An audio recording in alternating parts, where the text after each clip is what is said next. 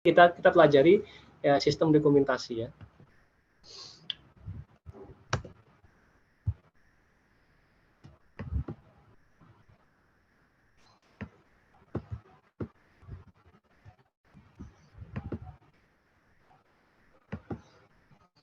Nah, ini definisinya ya. Definisinya. Gambarannya tentang dokumentasi itu apa sih? Dokumentasi itu menjelaskan tentang bagaimana sistem bekerja. Ya, including the who ya. Jadi nanti ada pelakunya siapa sih? Usernya siapa? Penggunanya siapa? Nah, ini. Jadi kalau nanti kalian belajar mengembangkan sebuah sistem ya, ada misalnya nanti diagram itu namanya use case diagram. Ya, use case diagram itu menggambarkan tentang penggunanya siapa, ya, pengguna ini melakukan apa, ya, atau punya akses ke sistem itu apa, ya. Nah itu ini ya, apa namanya, use case diagram.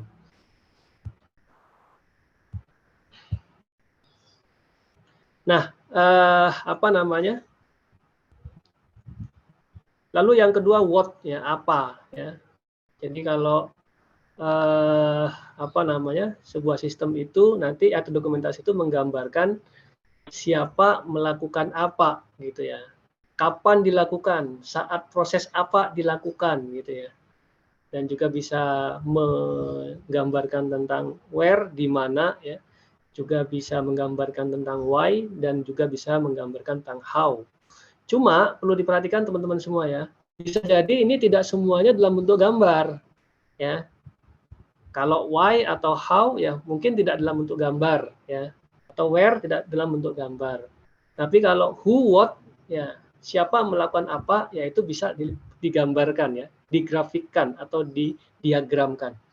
Nah, makanya namanya dokumentasi ini ya, itu tidak melulu ya gambar, tidak ya, tapi bisa jadi dalam bentuk narasi. Jadi ada narasinya. Nah, tapi dia pada dasarnya akan menggambarkan ya who, what, when, where, ya why dan how ya. Data entry ya, data entry. Jadi apa yang di who, what, when, who, what, when, where, why, and how ini itu data entry ya. Data processing ya. Jadi data kan di input. Nah, setelah data di input, data kan diproses ya, data diproses. Setelah data diproses, data disimpan, data store ya, data storage, data disimpan. Setelah data itu disimpan ya, data jadi laporan, data jadi laporan. Data jadi laporan atau informasi, yang informasi ini nanti digunakan oleh pimpinan untuk mengambil keputusan. Nah, dan juga nanti yang didokumentasikan adalah sistem kontrol ya.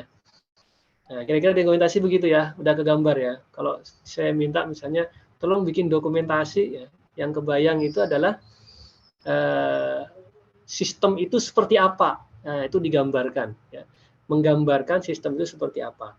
Dalam bentuk diagram, bisa juga dalam bentuk narasi. Nah, kalau dalam bentuk diagram ya, ini ya contohnya ya. Dalam bentuk apa saja sistem itu didokumentasikan ya.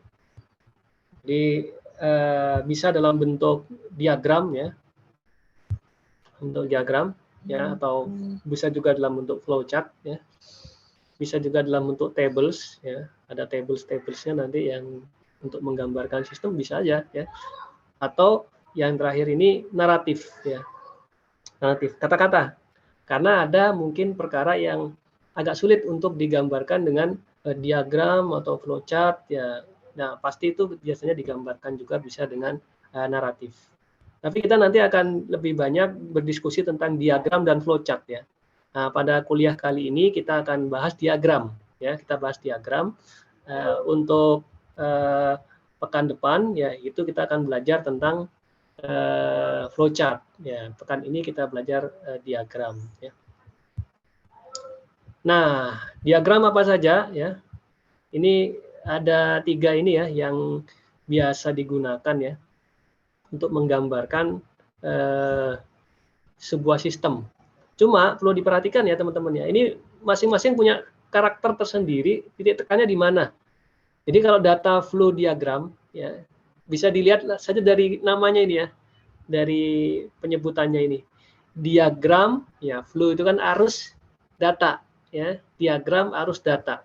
Jadi dia model atau tools dokumentasi data flow diagram ini adalah diagram yang menggambarkan arus data. Jadi waktu dilakukan input, ya itu source-nya ini ya, source-nya siapa ya, source-nya siapa. Source-nya siapa itu maksudnya ini bagian apa yang melakukan input data. Nah, lalu yang berikutnya tentu ada penjelasan sebenarnya ini data-data apa nih yang mau di-include-kan di proses yang pertama yaitu input data. Nah, lalu yang kedua ada prosesnya nanti ya, nanti kita akan gambarkan proses dalam sistem ini ya. Kalau tadi sebelumnya itu siapa yang melakukan, yang kedua prosesnya apa. Nah, itu prosesnya juga nanti kan digambarkan. Nah, tentu ada notasinya ya, notasi itu simbolnya, ada simbolnya. Kalau source data ya, sumber data ya, itu bagaimana kita menyimpulkannya, simbolnya seperti apa. Lalu kalau proses itu simbolnya seperti apa. Lalu kalau destination ya misalnya ya, atau tujuan dari data itu nanti simbolnya seperti apa. Nah, itu yang kita pelajari. Sehingga ketika kita nanti mendokumentasikan sebuah sistem, kita tahu nih, oh kita pakai simbol ini ya, gitu ya. Kenapa? Karena ini data source ya, ini data source-nya. Kalau proses kita pakai simbol lingkaran ya, karena kalau untuk proses memang ini dengan teori ini ya, dengan teori data flow diagram ini menggunakan lingkaran. Ya walaupun sebenarnya kan ini teori ya, untuk standarisasi ya, supaya ketika kita yang membuat orang lain bisa baca gitu ya.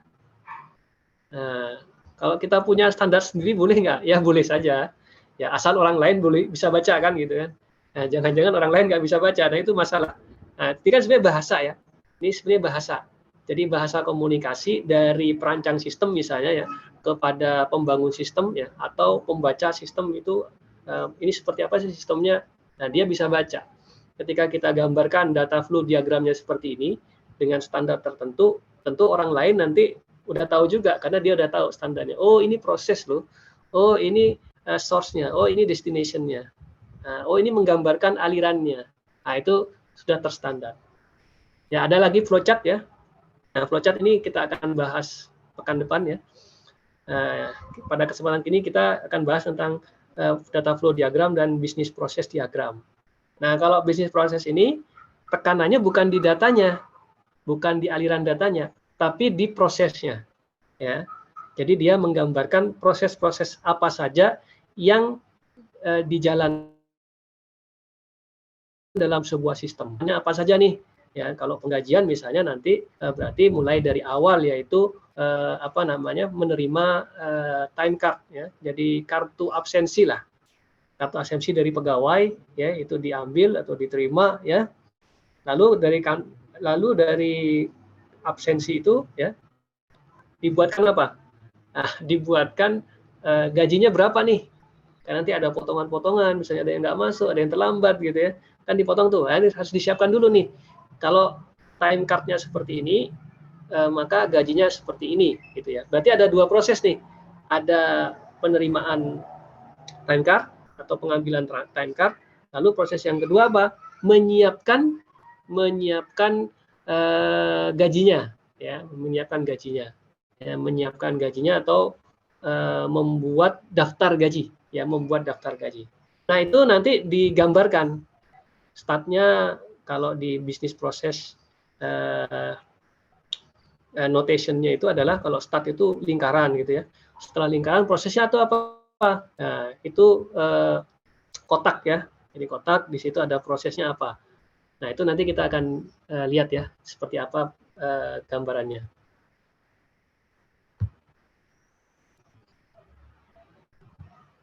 Nah, ini sangat penting ya dokumentasi itu ya. Kenapa sangat penting ya? Untuk menetapkan ya bagaimana sistem itu bekerja. Jadi begini ya, kalau kalian mau membangun sebuah sistem, ya, sistem itu nanti mau seperti apa, pasti dirancang oleh seorang desainer ya, desainer sistem ya, desainer sistem dia yang merancang ya. Nah, ketika dia merancang sebuah sistem ya, dokumentasi ini harus menggambarkan sistem ini bekerjanya seperti apa nanti nih ya. Cara kerja sistem itu seperti apa ya. Cara kerja sistem itu seperti apa. Mau seperti apa. Jadi biasanya kalau di pengalaman saya di kantor saya, jadi biasanya si pengguna user ya itu request untuk membangun sebuah sistem atau membuat sebuah fitur dalam sistem. Nah, si user itu dia memberikan namanya user requirement. Ya. Jadi nanti sistem ini mau seperti apa sih? Ya, itu ada user requirement-nya. Nah, ketika dalam proses perancangan, nanti si analis ya biasanya yang melakukan perancangan itu dia merancang sistem itu. Ya, merancang sistem, menggambar. Jadi digambar. Yang diinginkan oleh user itu seperti ini digambar sama dia. Lalu bagaimana sistem ini bekerja. Nah, dokumentasi, nah itu nanti kan jadi hasilnya nanti dokumentasi ya. Nanti dokumentasi. Nah, siapapun yang membaca dokumentasi itu dia akan bisa membaca ya sistem ini ya seperti apa ya. Ya, bagaimana sistem ini bekerja itu bisa dilihat dari dokumentasinya. Lalu yang kedua ya, bisa mengidentifikasi ya internal control strength ya. Jadi maksudnya kekuatan dari internal control. Jadi ketika udah ada dokumentasinya, kita bisa langsung menganalisis tuh. Karena sistem bekerjanya seperti ini ya, tahapan-tahapannya seperti ini, kita juga bisa melakukan evaluasi ya. Ini internal controlnya baik apa enggak? Ya, lemah apa kuat? Ya, dan bisa jadi kita juga melakukan rekomendasi perbaikan terhadap sistem yang dibuat tadi. Ya, kenapa? Karena kita baca dari dokumentasinya. Dokumentasi kayak begini nih. Nah, dia bisa melakukan analisis ya. Lalu yang terakhir ya, more skill is needed to prepare documentation that shows how an existing or proposed system operate ya. Jadi ya tentu ya tadi saya sampaikan ya. Jadi ini kan bahasa ya. Bahasa untuk menyampaikan ke orang lain tentang sistem ya. Nah, ketika itu harus ada standarisasi supaya apa? Supaya yang membuat dokumentasi ya ketika dibaca dokumentasinya oleh orang lain, nah itu bisa kebaca sama dia.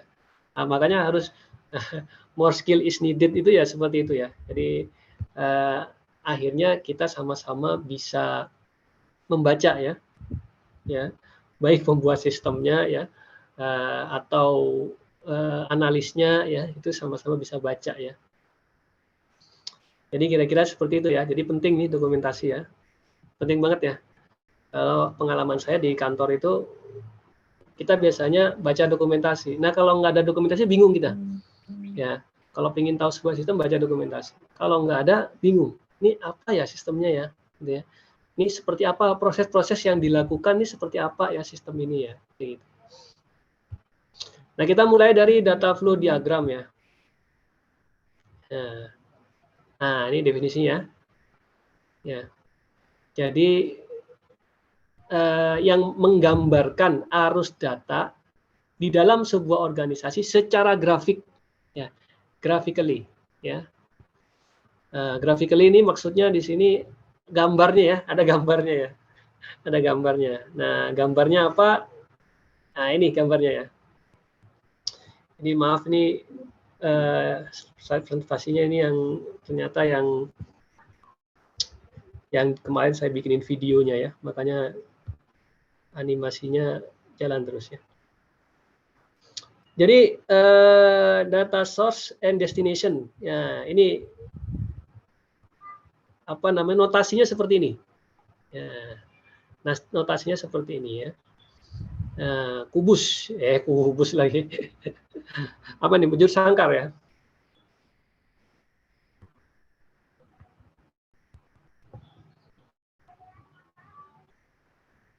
Supaya nggak muncul ya.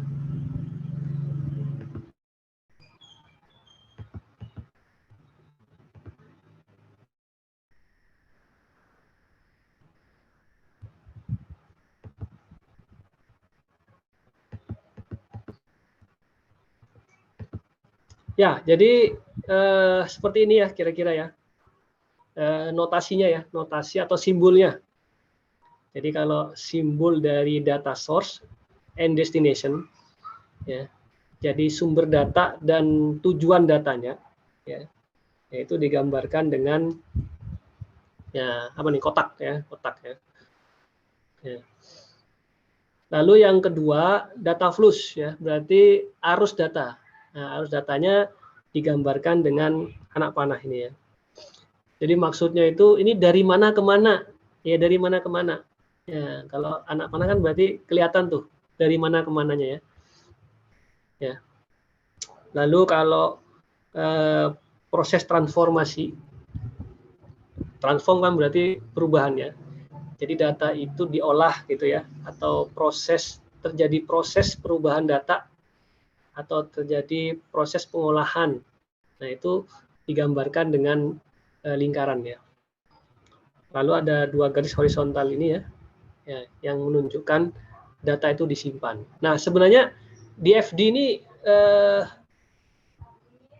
basic elemennya cuma 4 ini ya, cuma 4 ini. Jadi ini mudah ya harusnya ya, mudah. Apa namanya? Cuma 4 ini aja. Jadi untuk menggambarkan arus data cukup dengan 4 ini. Nah ini contohnya. Nah ini contohnya. Ini contohnya ya. Tadi data source-nya ini ya, customer ya, dari customer. Ada proses ya dari customer ya, dari proses dari customer.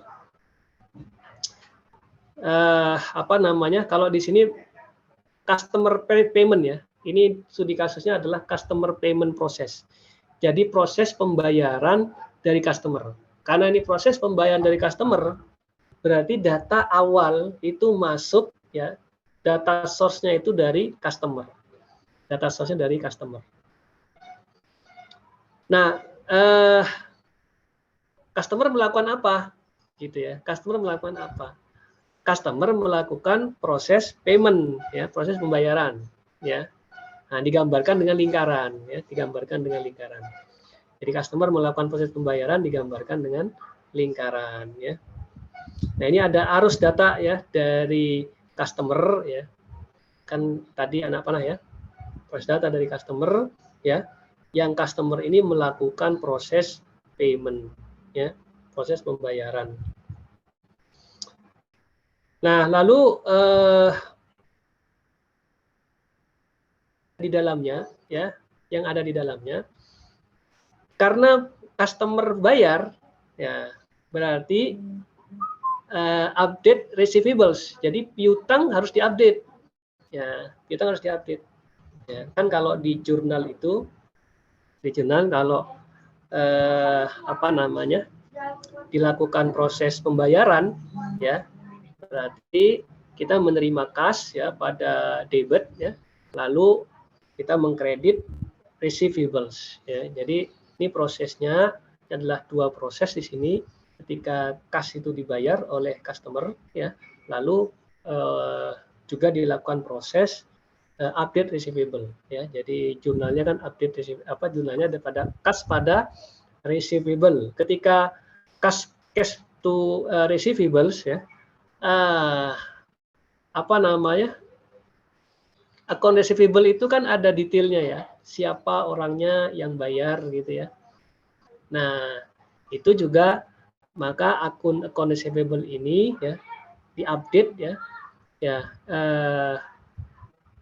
tadi ini ya, ini data store ya, data store. Jadi data itu disimpan ya, data itu disimpan dalam apa namanya, dalam, kalau ini buku besar pembantu ya biasanya ya. Jadi ada list ya atau daftar orang-orang yang memiliki piutang ke perusahaan ya. Dan ketika dibayar maka dia tersimpan datanya, dia sudah membayarnya ya, atau mengurangi dari account receivable-nya, atau bahkan menghapus karena dia sudah membayar ya. Nah, datanya disimpan. Nah, ini receivable information ini diberikan ke credit manager ya, diberikan ke credit manager karena tentu dia tidak credit manager ini harus tahu ya terkait dengan saldo ya dari account receivable-nya. Lalu deposit ya. Nah, ini karena customer kan prosesnya itu bayar ya, lalu uang yang diterima itu ya itu didepositkan atau distorkan ke bank ya. Jadi kalau dia bayarnya cash ya, bayarnya cash ya, dia dipegang bendahara gitu ya. Habis itu bendahara menyetorkannya. Tapi kalau dia bayarnya itu transfer ya, ya dia bisa langsung ke bank ya. Nah, di FD, ya ini masih topiknya di FD ya. Ini gambaran di FD ya. Cuma ini gambaran di FD salah satu level di dalam DFD. DFD sendiri itu punya 3 level. Ya, 3 level. Kenapa kok model DFD ini dibuat leveling ya? Supaya si pembaca sistem ini ya, itu bisa memahami dari level tingginya dulu. Nah, kalau bahasa sekarang ya helikopter view-nya. Jadi dia lihat dari atas dulu. Ini sistem apa sih? Ya, sistem ini adalah sistem apa? Ya, yang menggambarkan tentang inputnya dari mana, outputnya seperti apa, proses besarnya seperti apa, lalu outputnya seperti apa. Nah, ini di level diagram kontek. Jadi diagram kontek itu level besarnya. Lalu lebih detail lagi itu diagram level 0. Nah, jadi kalau diagram kontek ya itu highest level ya, yang sangat general, yang tujuannya adalah show input and output into system. Nah, jadi ini kata kuncinya, into system. Jadi berarti konteks itu apa? Ada gambaran, ini sistemnya sistem apa, lalu dia menggambarkan show input ya, input dari sistem ini dari mana, outputnya seperti apa, ya atau outputnya kemana. Nah, gambaran besar dari sistem. Ya. Maka di sini karakteristiknya, ya kalau diagram konteks itu one process symbol only. Jadi hanya satu simbol untuk proses. Ya, itu ingat ya. Hanya satu simbol dalam satu proses. Ya. Ini contohnya ya. Ini diagram konteks. Nah, ini diagram konteks. Jadi dia hanya show input and output into system. Ini inputnya ya. Inputnya dari departemen, dia punya kartu waktu pekerja. Jadi pekerja itu absensinya ya, absensi pekerja. Ya. Ini apa tadi? Yang kotak ini data source ya, data source. Nah, ini juga data source ya. Ya, sumber. Nah, ini destination. Data source sama destination sama ya. Data source, destination ya. Ini aliran datanya ya, flow-nya. Nah, ini prosesnya. Karena kita akan menggambarkan payroll processing system ya. Nah, ini satu nih. Ini satu. Tadi ingat ya. Kalau diagram konteks hanya ada satu ya processing system ini aja. Kenapa? Karena dia menggambarkan helikopter view-nya. Jadi gambaran besarnya ya. Kalau kita dari atas sistem ini kayak apa sih gitu ya. Nah, ini kita gambarkan seperti ini ya. Jadi inputnya dari mana aja, outputnya kemana aja, ya. Lalu proses besarnya di dalam itu apa? Nah, ini namanya diagram konteks atau konteks diagram. Nah, mudah-mudahan bisa dipahami ya konteks diagram ini ya. Jadi ada 3 level. Level diagram konteks, baru yang kedua masuk ke level 0. Nah, kalau level 0 ya ini adalah aktivitas utama dalam, kalau tadi kan di sini sebutkan proses penggajian ya, proses penggajian. Aktivitas utama dalam proses penggajian itu apa saja sih? Ya, coba bisa dilihat ya. Tadi sumber inputnya itu dari departemen. Ini ya, dari departemen sama human resource ya. Nah, maka di sini ada departemen dan human resource. Di human resource itu melakukan apa aja? Di departemen melakukan apa saja? Yang dicatat di sini adalah proses besarnya. Proses besarnya. Nah, jadi proses utamanya.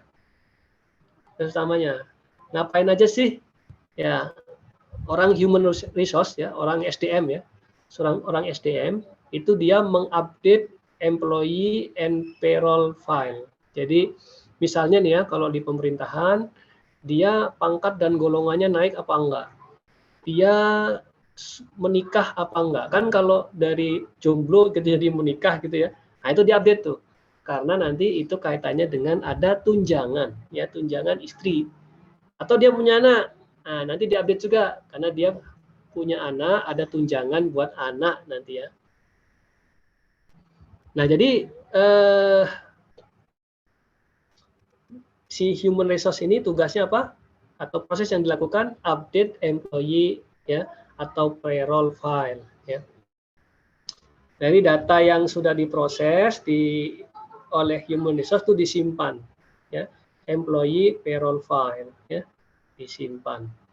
Lalu setelah itu ya departemen ini ya berdasarkan time card ya, dan berdasarkan update data dari human resource ya, dia membayar ya pay employees ya. Jadi dia menggaji ya, membayar gajian. Ini gajian nih, proses 2 nih. Kalau saya tanya, ini kira-kira waktu membayar gaji nih, ada proses-proses di dalamnya nggak? Di dalamnya ada nggak? Ada ya. Apa tadi itu contohnya ya? Berarti dia prepare dulu kan, menyiapkan dan lain sebagainya. Nah itu bisa saja nanti karena itu pengolahan data ya, pengolahan data, proses transformasi, ya itu dipecah lagi. Nah, dipecah lagi ya. Nah ini, coba perhatikan ya, 2.0 P employees, ini ada beberapa proses di dalamnya nih, nggak cuma satu ya. Nah, kita pecah lagi ya, kita pecah lagi di level 1. Jadi diagram konteks level 0 dan level 1. Ya, level 1. Nah, kalau di level 1 ya ini sudah dipecah lagi proses payroll itu ya. Jadi mulai dari time card, tax rate table ya, ada apa namanya? Employee payroll file ini disatukan, digabungkan menjadi proses payroll. Ini penyiapan ini ya. Penyiapan ini ya, penyiapan gaji, time card ya, absensi kehadiran mereka, lalu update data dari human resource ya. Ya, jadi itu ini ya, update data dari human resource itu yang ini ya, employee and payroll file ini diupdate kan.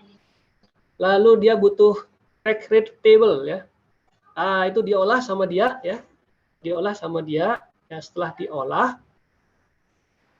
proses berikutnya adalah memberikan cek ya. Memberikan cek kepada para pekerja.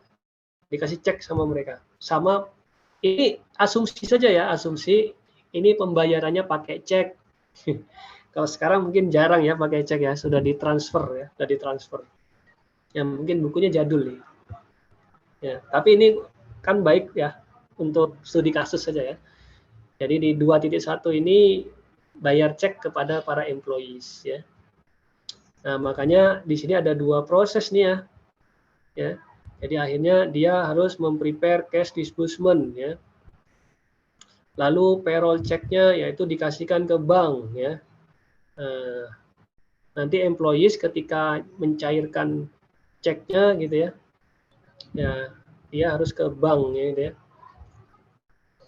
Dari prepare cash disbursement ini ya nanti dia juga bikin voucher ya. Nah, karena nanti kan vouchernya ini ke bagian accounting ya. Nanti dia sampaikan ke accounting ya, jadilah laporan keuangan nanti ya. Jadi begini ya, untuk yang level 1 ya, level 1. Jadi balik ke tadi, ada diagram konteks, ada level 1, ada level 0, ada level 1.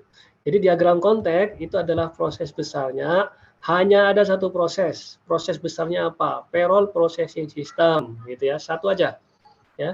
Berarti Anda kalau mau membuat dokumentasi sebuah sistem penggajian, sistem penggajian, aplikasi penggajian, sistem penggajian, gitu ya. Ya, diagram konteksnya seperti ini, diagram konteksnya. Ya. Jadi dia hanya memperhatikan inputnya apa, arus masuknya, terus sistem besarnya apa, lalu baru yang memanfaatkan dari laporan atau report atau output itu siapa aja, destination-nya ya. Lalu baru nih payroll processing system ini ada proses besar apa di dalamnya? Ada satu ya update employee payroll file, ada dua pay employee, tiga prepare report ya, empat pay tax ya bayar pajak. Yang kelima update general ledger ya. Nanti ini ini lagi apa namanya dipecah lagi ya. Jadi kalau level 0 ingat ya extensionnya itu 0.0, 2.0 ya.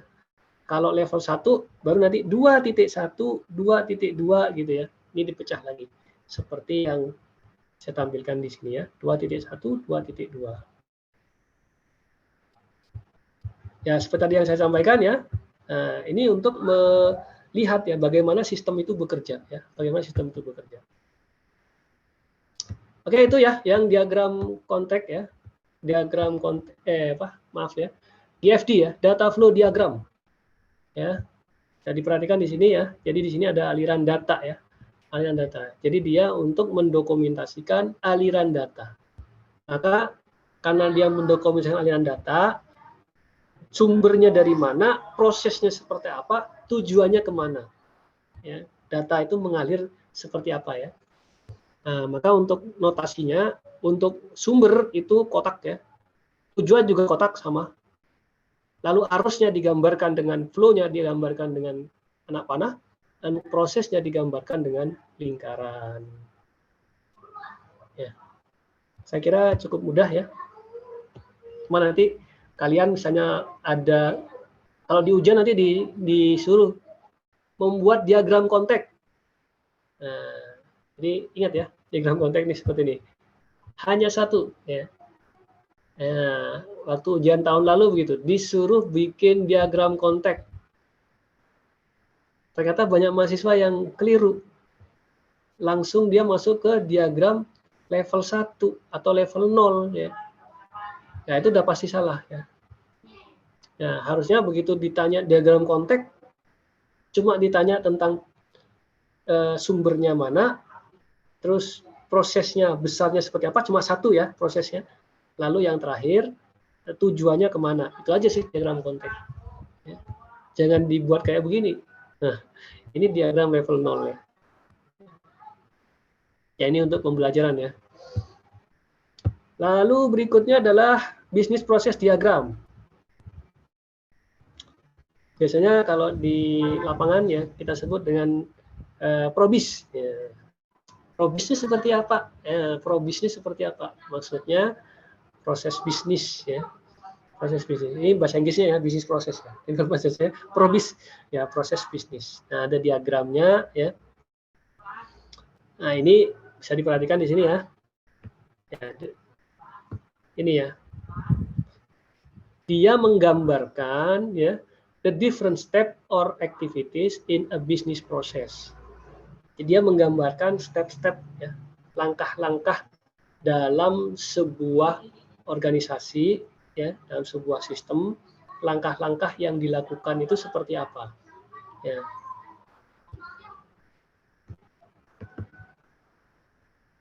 Lalu yang kedua describe interaction ya, jadi interaksi ya di antara entitas ya. Nanti ada entitasnya ya, jadi intinya bagian-bagiannya ya, bagian-bagiannya. Ini bagian gaji ya, ini bagian accounting. Orang gaji ngapain aja, orang accounting ngapain aja, gitu ya.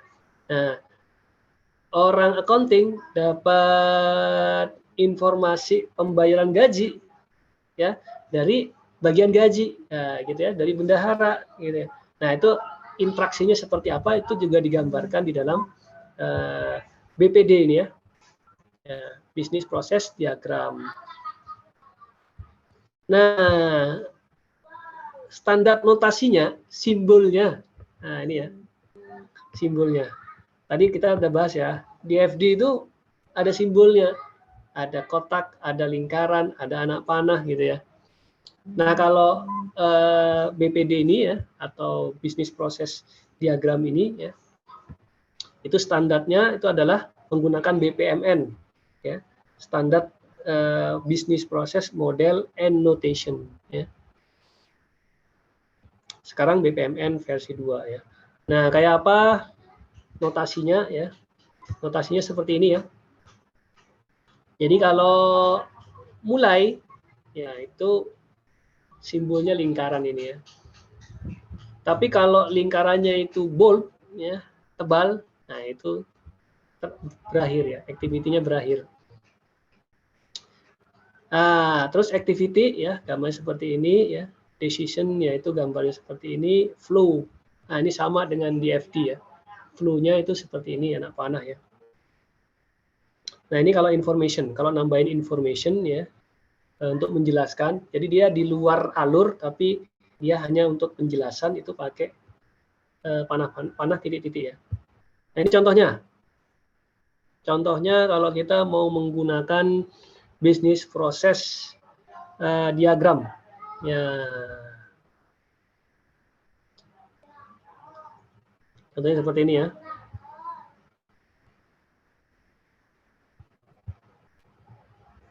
Nah, ini ya. Contohnya seperti ini. Dimulai dari ini startnya ya. Startnya lingkaran yang tidak bold ya, tidak bold, tipis ya. Mulai dari receive employee time card ya, menerima absensi ya, absensi pegawai.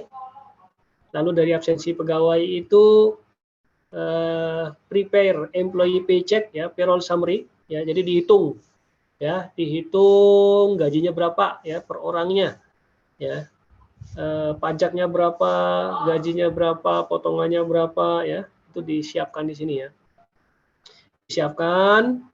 Lalu tentu apa namanya, karena tadi contohnya itu pakai cek ya, pakai cek ya. Nah, maka apa namanya, cek itu kan ditandatangani ya, dicetak, habis itu tanda tangani ya, approve and sign. Makanya setelah disiapkan ceknya ya, dia ke sini nih, ke approve and sign, paycheck, tax check, and payroll. Jadi yang dibayar apa? Ceknya itu sendiri, maaf ya, gajinya dibayar ya. Ya, ini proof and sign ya, maksudnya ditandatangani dan disetujui ya. Apa saja yang ditandatangani setujui, gajinya itu sendiri, terus pajak, nah, kan harus dibayar juga ya pajak ya ke pemerintah. Lalu payroll check ya, payroll check ya. Jadi gajinya ya, gajinya itu dibayar ya. Lalu setelah itu ya di sini prepare payroll register and tax register ya, jadi register ya. Lalu bagian account payable nih ya, bagian utang ya, prepare tax check ya, total payroll check ya, dia inilah apa namanya, mengupdate data lah, mengupdate data, terus melakukan verifikasi kan gitu kan, sama nanti tentu ini kan akan berpengaruh pada utang ya, karena awalnya kan dicatat sebagai utang pegawai gitu ya. Makanya nanti akan ada pengaruh ke account payable juga. Nah, ini gambaran yang mungkin kalian semua, karena ini untuk kepentingan belajar ya, ini untuk cek, dan di sini gambarkan proses-prosesnya apa saja sih semua kan gitu ya. Lalu setelah itu disburse check and report to employees ya. Jadi ceknya dikasihkan ke para pegawai. Ya. Kenapa ya? Karena setelah ditandatangani kan nanti diterima oleh pegawai ya. Diterima oleh pegawai ya, nanti para pegawai itu datang ke bank untuk mencairkan ceknya. Ya, untuk mencairkan ceknya. Lalu setelah itu forward cash disbursement vouchers ya. Meneruskan cash disbursement voucher kemana ke orang accounting ya, orang accounting ya, yaitu orang accounting di sini lalu melakukan update general ledger ya atau cancel journal voucher ya. Tergantung ya nanti transaksinya seperti apa, ya bisa dia mengupdate juga bisa meng-cancel kalau ada hal-hal yang memang perlu untuk di-cancel. Nah, jadi nih lihat nih sekarang nih bagian payroll itu melakukan aktivitas apa aja? Nah, ini ya 1, 2, 3, 4. Lalu bagian payroll ini berinteraksi dengan siapa? Dengan account payable dan dengan Susan. Susan ini berarti dia adalah orang yang meng-approve dan sign paycheck. Nah, jadi bosnya nih ya. Ini bosnya yang gaji ya. Lalu setelah itu ya Susan ini setelah dia tanda tangan cek, kasih cek itu ke pegawai ya. Mungkin bukan Susan ya, tapi anak buahnya ini ya. Tapi masih bagian dari Susan. Lalu dia memforwardnya, ngasihkan ini ke orang accounting ya, vouchernya ya, nah, dikasih ke orang accounting, lalu orang accounting melakukan update ya, melakukan update general ledger ya. Nah ini kalau kita lihat seperti ini ya, sistem seperti ini, kalian disuruh misalnya, oke ini saya minta analisis nih, ini sistem dianalisis nih. Ini bisa nggak kira-kira kita bypass nih? Wah, banyak yang bisa kita bypass sebenarnya. Ya, kenapa? Karena bisa kita otomasi. Ya, bisa kita otomasi. Ya, apakah otomasi itu kita lakukan di sini? Ya, kan misalnya nanti untuk melakukan absensi itu sudah otomatis. Ya, otomatis. Jadi begitu pegawai absensi pakai fingerprint kah? Ya, misalnya ya. Ya otomatis tuh langsung menghitung masuk datanya ke sistem. Kita bisa melakukan analisis ada nggak proses yang bisa dihilangkan, disederhanakan dengan sistem, gitu misalnya dengan sistem informasi ya bisa ya di sini ya. Atau kita wah nggak pas nih cara ininya ya cara proses-prosesnya ini ribet kan gitu kan bisa kita potong. Nah, itu bisa kita analisis dari sini. Makanya bisnis proses diagram ini penting ya. Dokumentasi ini penting untuk apa? Ya, untuk salah satunya itu untuk melakukan analisis ya. Analisis terkait apakah ini adalah yang terbaik ya proses ini ya atau tidak. Bisa kita analisis juga ini ada celah nggak di sini? Ada celah nggak di sini? Internal kontrolnya seperti apa? Ya, internal kontrolnya seperti apa? Bisa nggak kita pahami dari gambar ini internal kontrolnya seperti apa?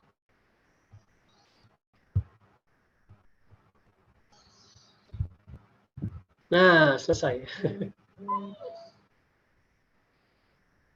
Baik, teman-teman semua. Ya, silakan kalau ada yang mau ditanyakan. Izin bertanya, Pak. Ya, silakan.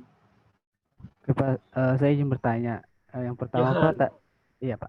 Tadi kan ada tuh Pak yang di DVD itu kan data flows kan Pak yang garis panahnya satu kan Pak. Nah terus tadi kan ada tuh Pak di contohnya itu yang adanya garis panahnya 2 gitu Pak. Itu maksudnya berarti berhubungan satu sama lain. Maksudnya bisa balik lagi gitu ya Pak? Ya, Nah betul. Itu bolak-balik. itu Jadi datanya itu bolak-balik. Datanya bolak-balik. Jadi saling mengetahui. Jadi ketika diupdate, pihak kan itu tadi penyimpanan ya. Dan ketika dilakukan proses update, disimpan, ya.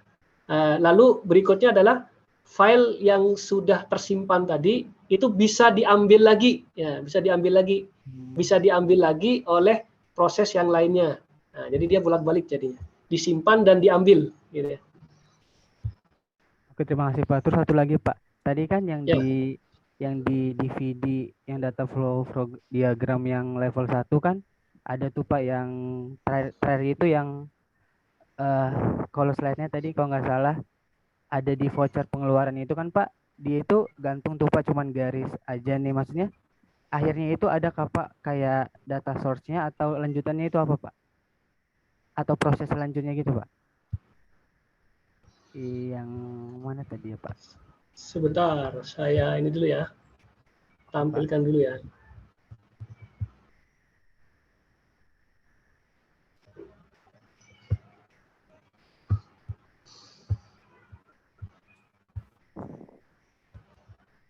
Yang mana yang ini? Yang level 1 Pak. Yang Oh, DVD level 1 DVD. Ini kah? Yang Sorry, level satu. Pak. Ya. Ya Pak. Itu kan Pak yang payroll cash disbursement voucher itu kan ujungnya itu nggak ada apa, yang lainnya itu kan ada kayak data stores atau data stores itu lanjutannya bakal proses lagi atau menghasilkan data lagi gitu Pak. Karena beda sendiri gitu Pak. Nggak ada sampai ujungnya Ya, gitu Pak. nggak ada ujungnya ya. Ya emang nih Ya. seharusnya ada ujungnya semua ya, kemana ya? Apakah disimpan ataukah diberikan kepada yang pihak lain. Nah, cuma di sini tidak digambarkan di pihak lain ini karena dia mungkin dianggap sebagai, ya kalau di sini kan, nah ini ya, payroll disbursement voucher, nah ini ya. Nah ini payroll cash disbursement voucher itu masuk ke proses berikutnya. Nah ini payroll cash disbursement voucher dia masuk ke proses berikutnya. Karena ini di luar proses 2 ya, di luar proses 2. Berarti dia proses berapa tadi? 5 dia, 5. Nah, ini hanya tidak digambarkan saja karena ini hanya menggambarkan proses 2 saja. Ya, tapi pada dasarnya dia pasti ke tempat lain pasti. Bisa ke proses, bisa ke data destination-nya. Jadi ke sini nih. Bisa dipahami nggak ya? Oke, bisa Pak. Ya. Jadi tadi di proses 2 itu jadi 2.1, 2.2. Nah, untuk yang 2.2, salah satunya itu nyambung ke 5.0, yaitu ke accounting, bagian accounting ini ya. Accounting. Ya Pak, terima kasih Pak. Ya, sama-sama.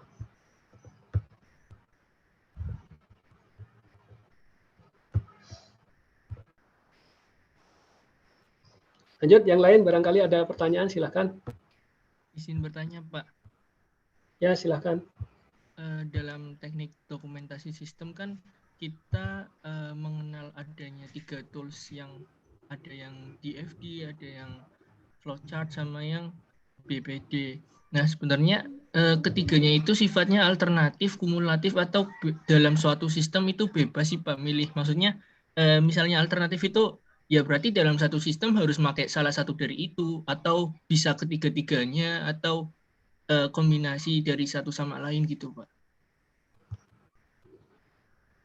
Ya. Jadi kalau saya di kantor, nah kebetulan saya biasa melakukan perancangan ya, itu tiga-tiga saya pakai semua. Ya tiga-tiga saya pakai semua. Kenapa? Karena masing-masing punya ini ya, punya titik tekan yang berbeda, tujuan yang berbeda. Contohnya misalnya DFD, data flow diagram, ya itu berbeda dengan bisnis proses ya tadi ya, bisnis proses diagram. Jadi tujuannya beda ya. Kalau BPD sama DFD mungkin agak mirip ya.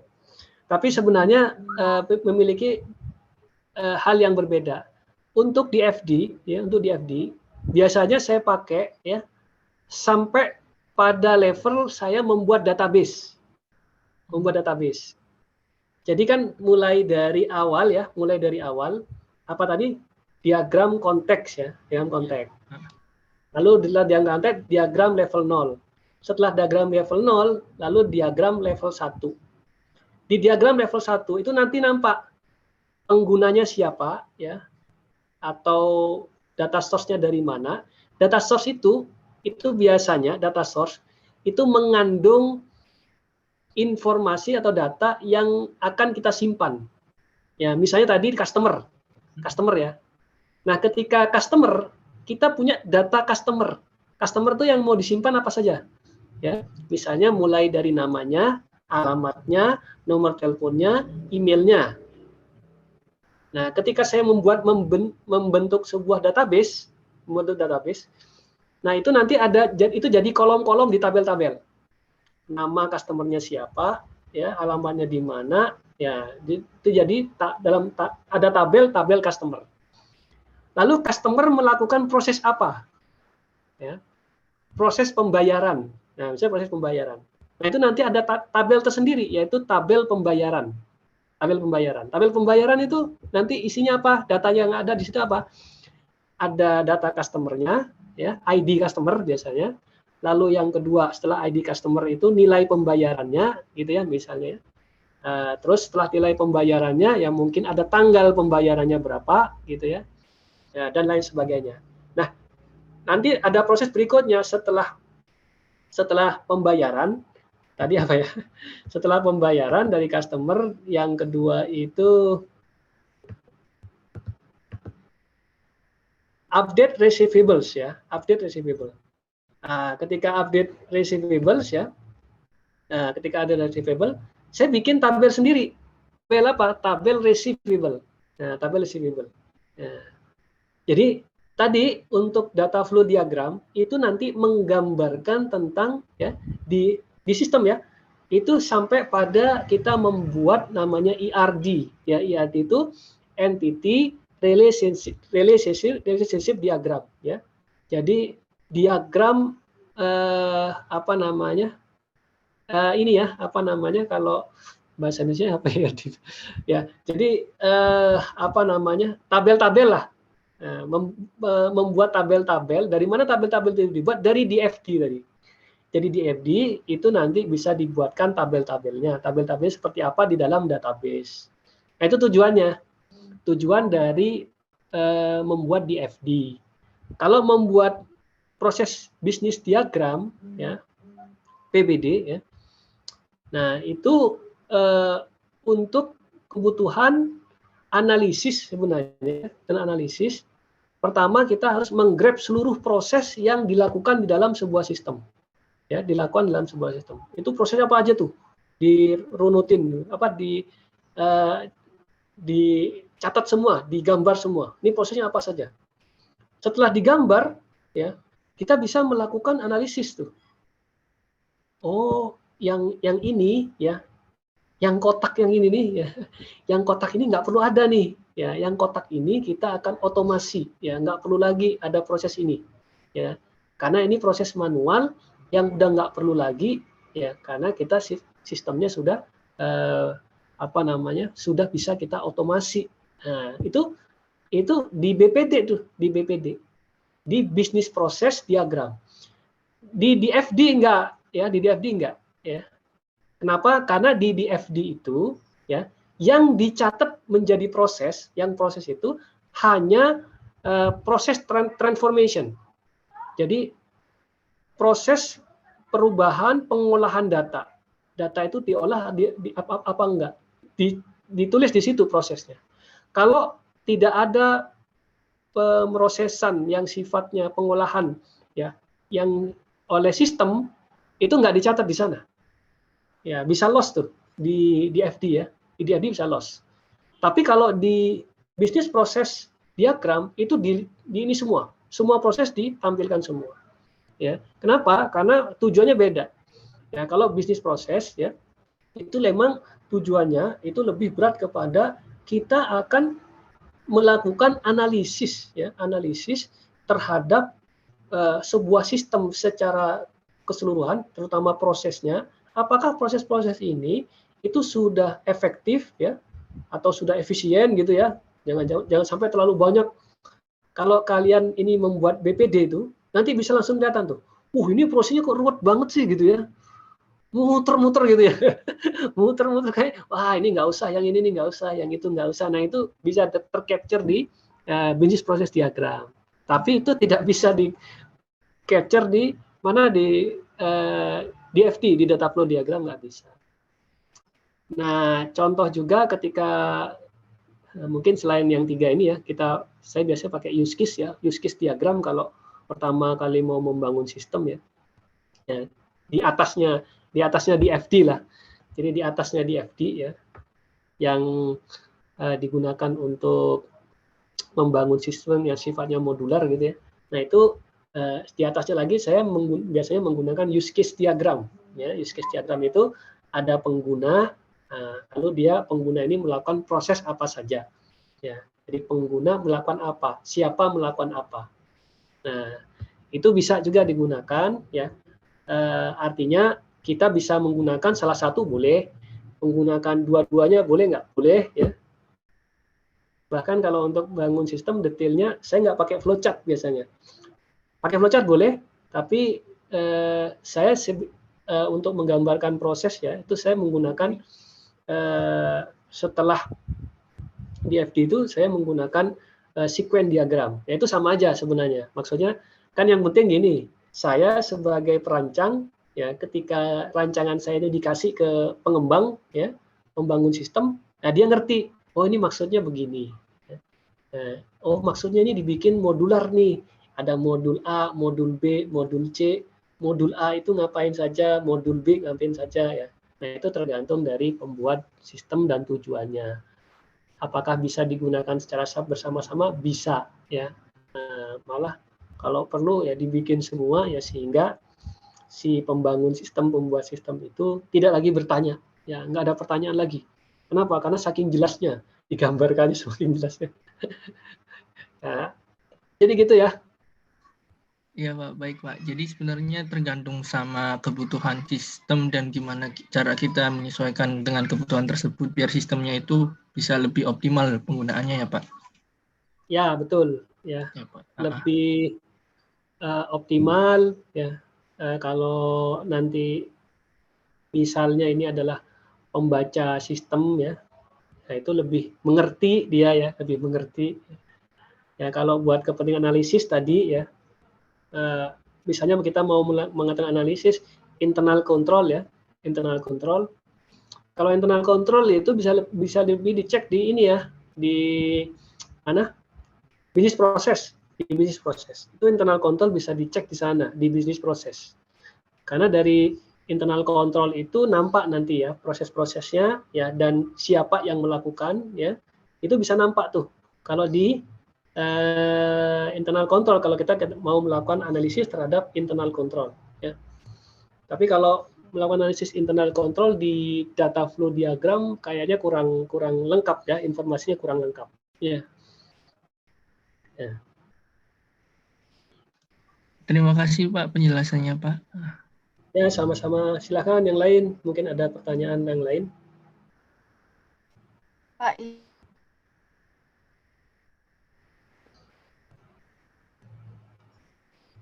Ada yang mau tanya kayak tapi suaranya hilang, ya. Pak izin bertanya. Oh ya, silakan. Ini sepemahaman saya dari penjelasannya Bapak tadi, ini tuh semi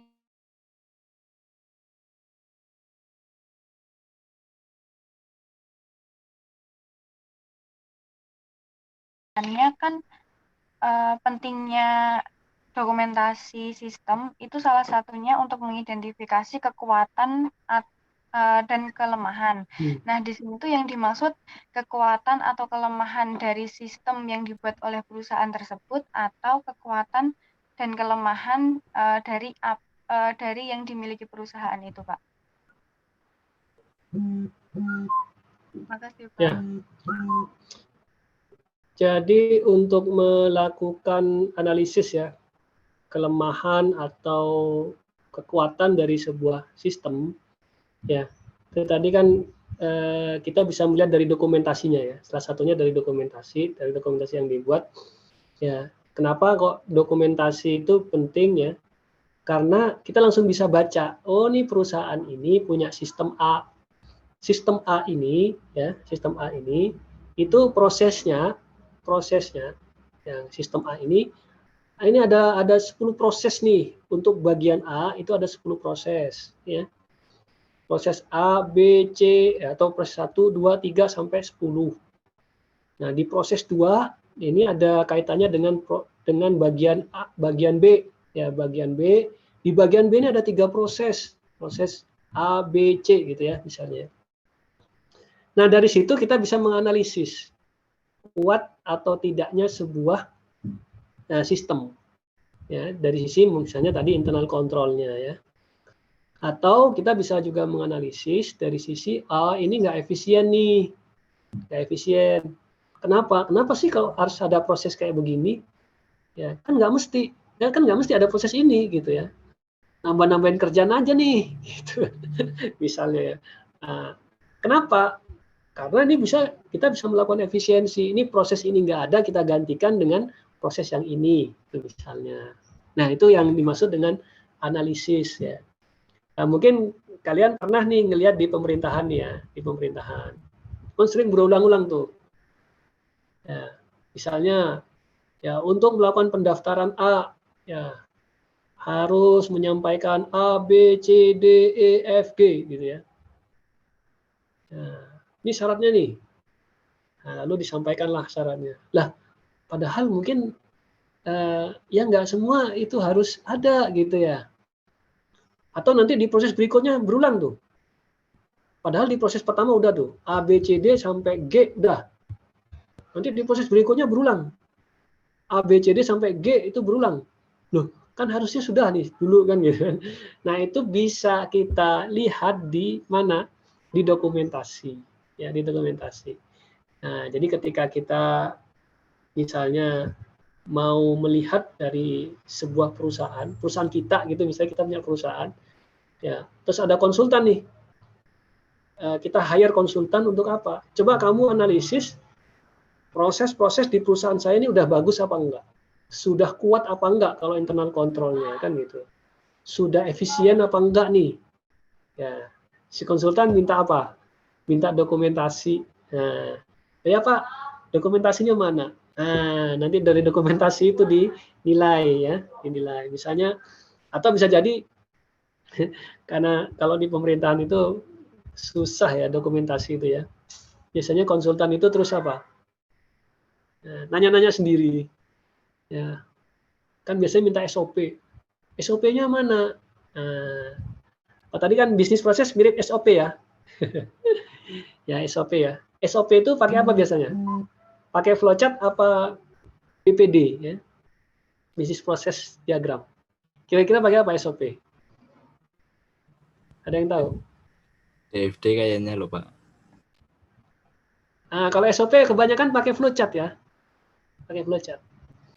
Kalau SOP ya, Standard Operating Procedure. Ya, SOP kebanyakan pakai flowchart. Ya.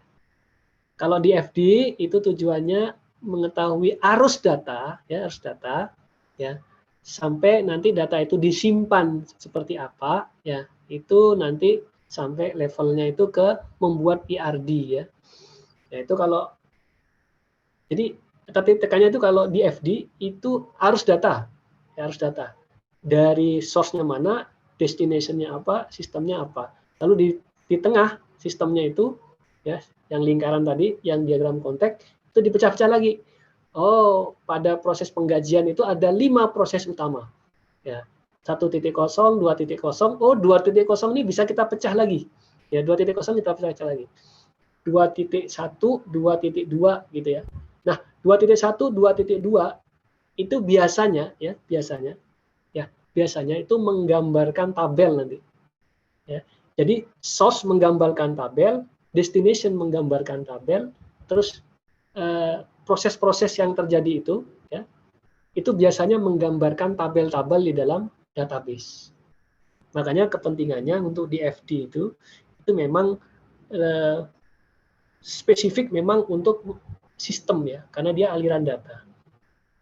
Tapi kalau untuk melakukan proses step by step-nya ini apa, ya itu menggunakan flowchart biasanya. Nah, itu kalau SOP itu biasanya menggunakan flowchart. Tapi ini ada tapinya ya. Itu bisa digantikan dengan bisnis proses diagram. Nah, bisa dia. Nah, kan makanya di kantor saya ya, yang dulunya menggunakan flowchart ya, sekarang sudah menggunakan bisnis proses diagram.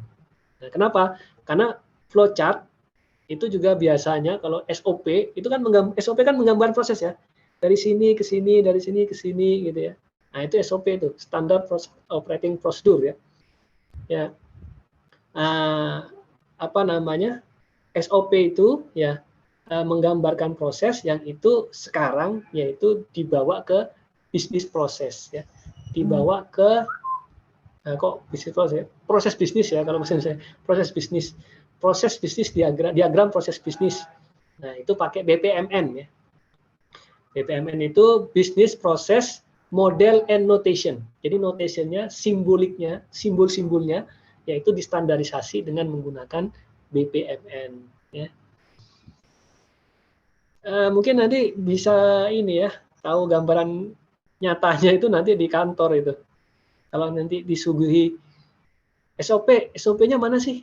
Bagian saya ini SOP-nya apa saja? Kan nanti itu menggambarkan tentang apa yang harus saya lakukan. Kan? Apa yang saya harus lakukan. SOP-nya seperti apa?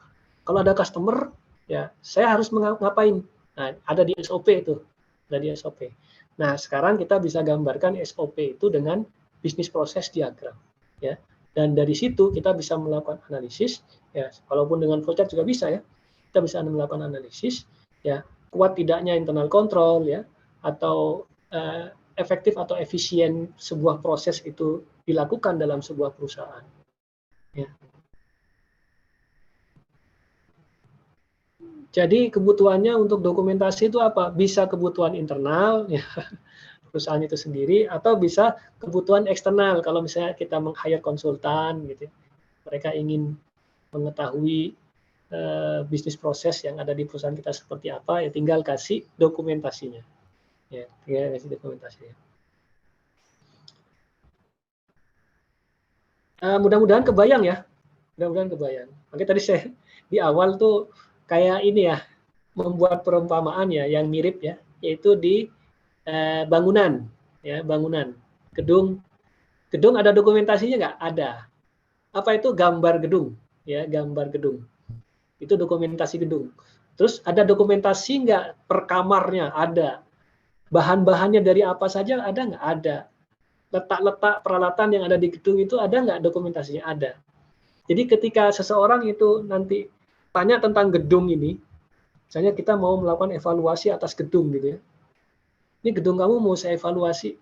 Kasih apa? Kasih dokumentasinya dulu. Ini loh dokumentasi gedung ini kayak gini. Nah, dia ngeliat tuh, ruangannya ada berapa ya, ada pintunya pada kamarnya, ada jendelanya terbuat dari apa gitu ya, pintunya terbuat dari apa, di mana saja, kunci dari apa namanya pintu depan itu seperti apa, terus ada satpamnya nggak di depan ya. Nah, dari situ nanti dia bisa membaca, oh Pak ini lemah Pak gedungnya Pak gitu ya. Kenapa? Itu jendelanya itu ya kuncinya cuma pakai kayak begini, ini nggak standar nih. Nah gitu ya kalau gedung gitu ya. Kalau sistem gimana? Nah, kalau sistem tadi ya, lihat nih proses-prosesnya seperti apa ya, proses bisnisnya seperti apa, terus apa namanya, ada nggak di situ udah tercantum kan tadi kan paycheck ya, membayar cek. Oh ternyata sistem pembayaran gajian ini itu pakai cek. Nah, atau kita bisa tuh dulu di kantor saya untuk apa namanya itu teman-teman ya, untuk cleaning service itu dulu bayarnya cash ya, bayar cash. Jadi akhir bulan biasanya si supervisornya itu ngasih ini ya, daftar absensi harian. Lalu setelah itu oleh bagian yang membayar cleaning service itu direkap. Setelah direkap, ditetapkan berapa nilai ininya ya, gajinya masing-masing. Setelah itu diajukan permintaan pembayaran ya. Setelah diajukan permintaan pembayaran, turun cash secara cash, lalu dikasih ke si cleaning service masing-masing. Pertanyaannya adalah, ini bagus nggak kalau dari sisi keamanan?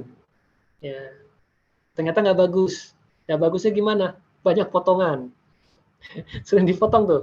Wah ini untuk ini, potong itu, potong ini. Nah nggak bagus ya. Nah, akhirnya apa? Dirubah. Kita bisa ngeliat dari SOP-nya bisa kita lihat tuh. Wah jangan pakai cash bayarnya. Nah, mendingan pakai transfer.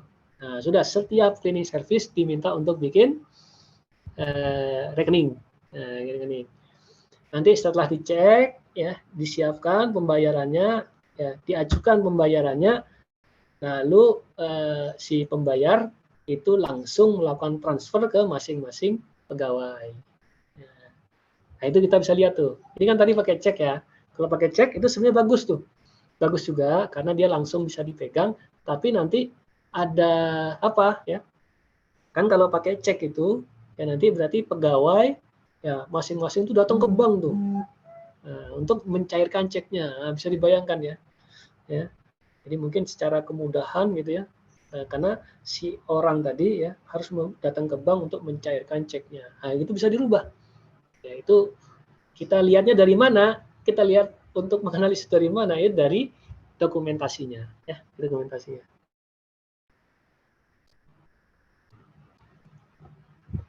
Ya, ada lagi? Silakan. Izin bertanya, Pak. Ya, silakan Diana. Tadi kan dijelaskan bahwa di diagram arus data itu ada 4 elemen.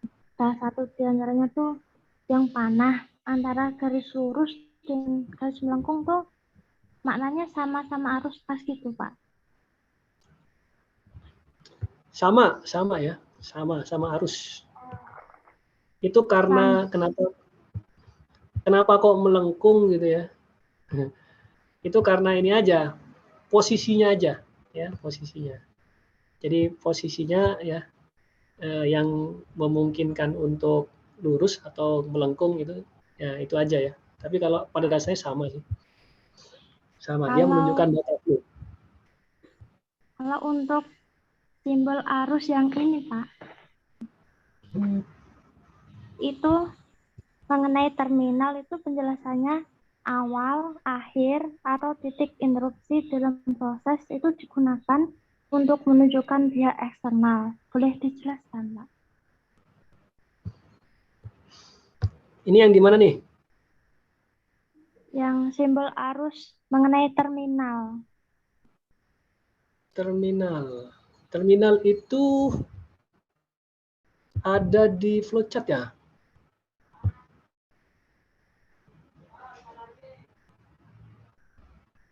Terminal sebentar. Di ini adakah di DFD sama? Oh iya Pak, adanya di flowchart. Ya, di flowchart ya.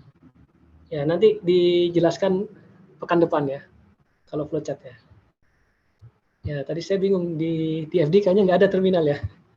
Di DFD sama di diagram proses ya, proses bisnis itu nggak ada terminal ya. Nanti kita jelaskan. Terima kasih Pak. Ya.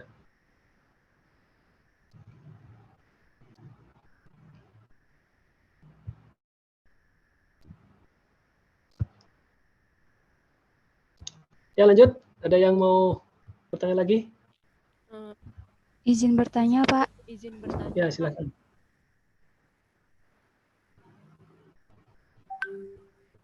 Silakan. Siapa tadi ya? Masih mute kayaknya.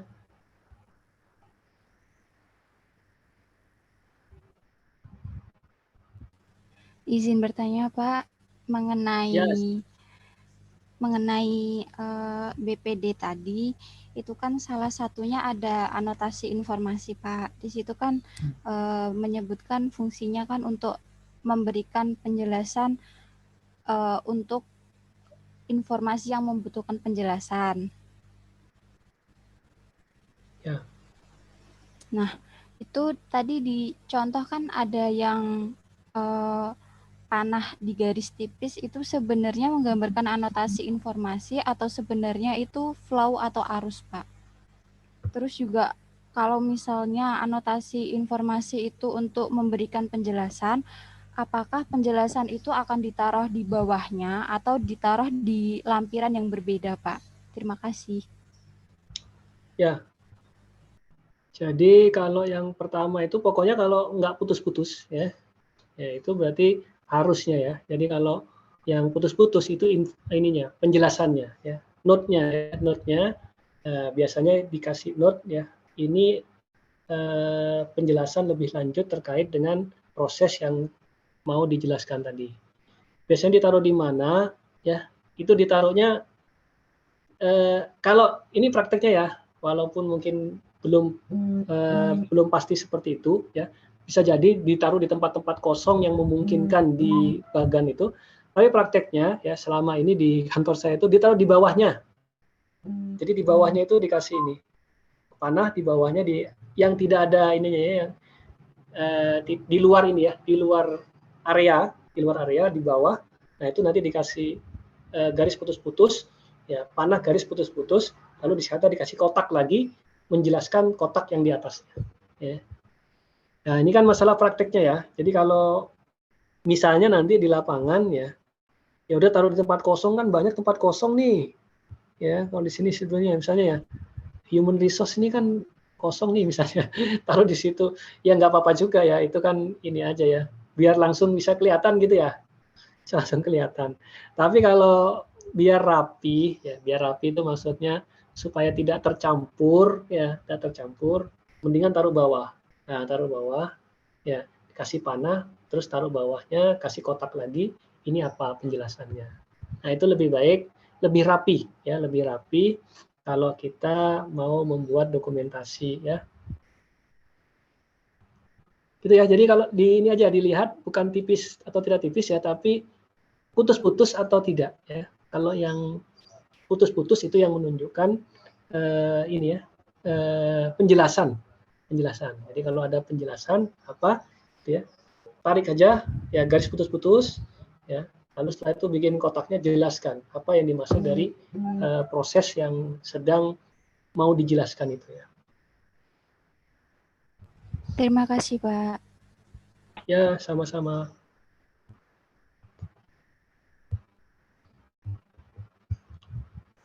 Lanjut, ada yang lagi? Silakan. Saya izin bertanya, Pak. Ya.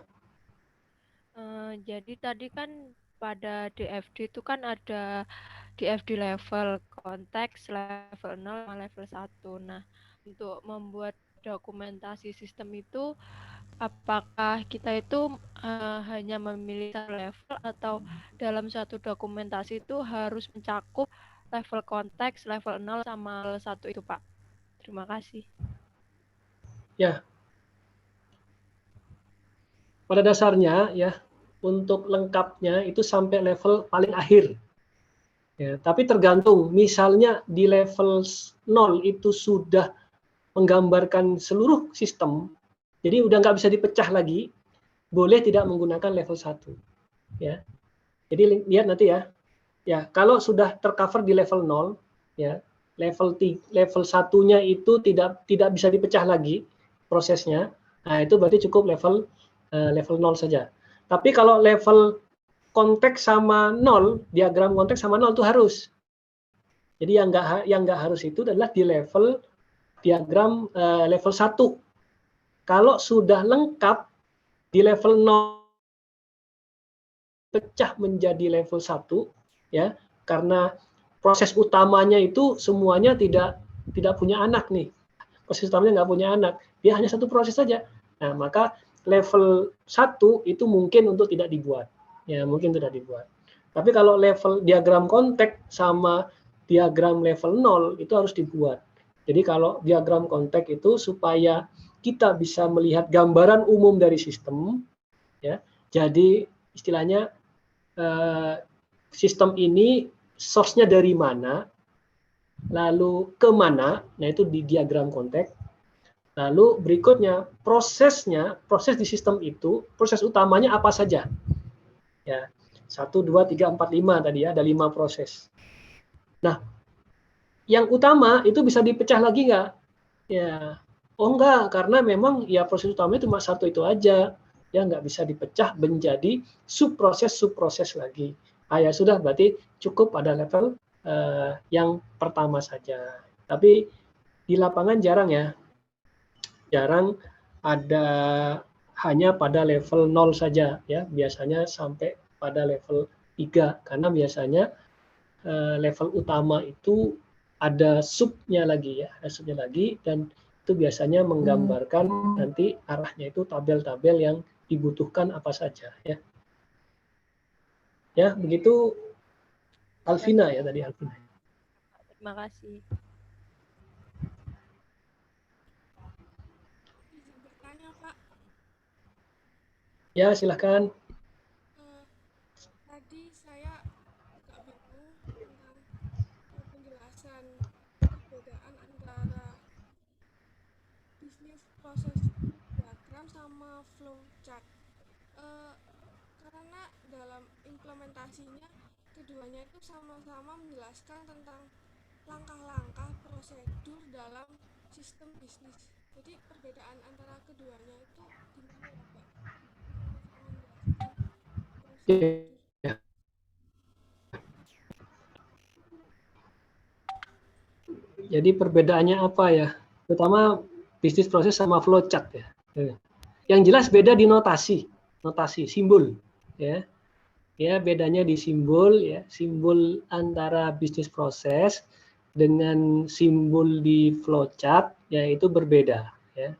Lalu yang kedua, flowchart itu lebih luas ya penggunaannya ya, lebih luas. Dia lebih fleksibel dibandingkan dengan bisnis proses. Kalau bisnis proses itu hanya ya menggambarkan tentang bisnis proses saja, ya, step-stepnya ya. Ya. Kalau flowchart ya itu juga menggambarkan misalnya ya, kalau flowchart ya itu menggambarkan dokumen, ya dokumennya. Kalau di bisnis proses nggak ada tuh dokumen. Memang ada artefak nanti ya, ada artefak. Cuma titik tekannya itu di mana ya? Kalau bisnis proses itu di prosesnya itu sendiri, ya di langkah-langkahnya itu. Karena kita untuk bisnis proses ini untuk menguji ya atau melakukan analisis terhadap proses-proses yang terjadi itu ya. Nah kalau flowchart, ya itu lebih fleksibel. Semua bisa digambarkan kalau flowchart itu. Semua bisa digambarkan. Ya, notasi-notasinya lengkap ya kalau flowchart itu ya. Notasi-notasinya. Kenapa? Karena memang flowchart itu ya istilahnya dulu ya semua pakai flowchart ya. Sekarang tergantung nanti kebutuhannya apa, kan tergantung kebutuhannya apa. Ya, jadi kalau Anda mau menggambarkan arus bukan hanya arus proses, tapi ada arus dokumen, ya dokumennya juga mau ditampilin ya. Coba kalau siapa yang suka bikin flowchart gitu ya, kan ada dokumennya tuh, dokumennya dari mana, nah dokumennya namanya apa, nah setelah itu dokumennya itu diproses seperti apa, apakah proses komputer atau proses manual, lalu dokumen itu lari kemana, ya setelah dari bagian A, dokumen itu dialihkan ke bagian B, lalu dokumen di bagian B ini, ya dokumen di bagian B ini diproses, lalu diproses jadi dokumen apa. Nah, jadi kalau flowchart, ya itu cara menggambarkannya begini, notasinya memang begitu, ya. Makanya kalau tadi saya contohkan ya SOP itu biasanya di kantor-kantor pakai apa? SOP itu biasanya di kantor-kantor tuh pakai flowchart, ya pakai flowchart biasanya ya. Tapi ya ada seperti kantor saya ya yang flowchart itu sekarang sudah digantikan semua dengan bisnis proses diagram. Jadi untuk kenapa? Karena satu kaitannya dengan sistem. Jadi ini kita akan yang namanya bisnis proses diagram itu kaitannya nanti bagaimana supaya agar proses-proses yang terjadi itu bisa diotomasi. Ya, ini diotomasinya seperti apa? Ya, dibangun nanti mau kita analisis. Ini kita mau otomasi kita atau akan buat dia tidak ada lagi ya, kita potong gitu ya, kita potong ininya ya, potong prosesnya itu kita potong untuk kita jadikan sebagai dihandle oleh sistem gitu ya, sehingga tidak lagi dilakukan input data itu misalnya. Contoh begini ya, ada satu proses dia sudah mengentry data, setelah itu datanya masuk ke bagian kedua ya, bagian yang kedua. Di bagian kedua ternyata dilakukan entry data lagi. Kenapa? Karena dokumennya tuh ya, jadi dokumen dari yang pertama masuk kan di entry datanya. Lalu masuk ke kedua, bagian yang kedua itu di entry lagi, dokumennya kan mengalir tuh. Entry lagi. Padahal harusnya udah satu aja kan, yang bagian pertama aja yang entry gitu ya. Yang entry bagian pertama, bagian yang kedua ngapain? Ya, mungkin bagian yang kedua verifikasi. Ya, verifikasi, bukan lagi melakukan entry data gitu misalnya ya. Nah, ini kalau di flowchart kalau di flowchart, nah itu ditampilkan semua tuh dokumennya, prosesnya, dokumen, proses sampai end gitu ya. Nah kalau di bisnis proses itu menampilkan proses-proses saja. Proses A begini, proses B begini, proses C begini, nanti bisa dianalisis. Ya itu sebenarnya notasinya aja ya, pensimbolannya. Jadi kalau mungkin saya sedikit ini ya, sedikit menganalogkan ya dengan bahasa ya, dengan bahasa. Ada bahasa Jawa, ada bahasa Melayu gitu ya, ada bahasa Papua sana ya. Ya, intinya bahasa itu untuk berkomunikasi. Itu yang pertama ya. Yang kedua, selain berkomunikasi ya, kalau konteksnya dengan diagram ini ya, dengan teknik dokumentasi ini, ada tujuan-tujuan khusus. Mana kita mau menekankan kemana nih? Penekanan-penekanan, ada penekanan-penekanan. Jadi kalau kita menggunakan DFD itu mau menggambarkan apa sih? Oh, menggambarkan aliran data. Kalau kita pakai bisnis proses diagram, oh mau menampilkan proses, tahapan-tahapan yang harus dilalui. Kalau kita mau pakai flowchart, oh itu mau menampilkan aliran dokumen juga ya, bukan hanya proses tapi juga aliran dokumen mau juga ditampilkan di situ. Nah, jadi gitu. Nah, mau pakai yang mana? Ya yang sesuai kebutuhan saja, ya sesuai kebutuhan dari organisasi. Ya.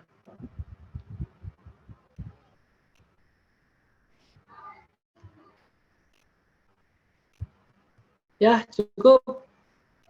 Saya kira cukup ya. Jadi biar ada waktu buat merangkum dan mengupload ke sistem.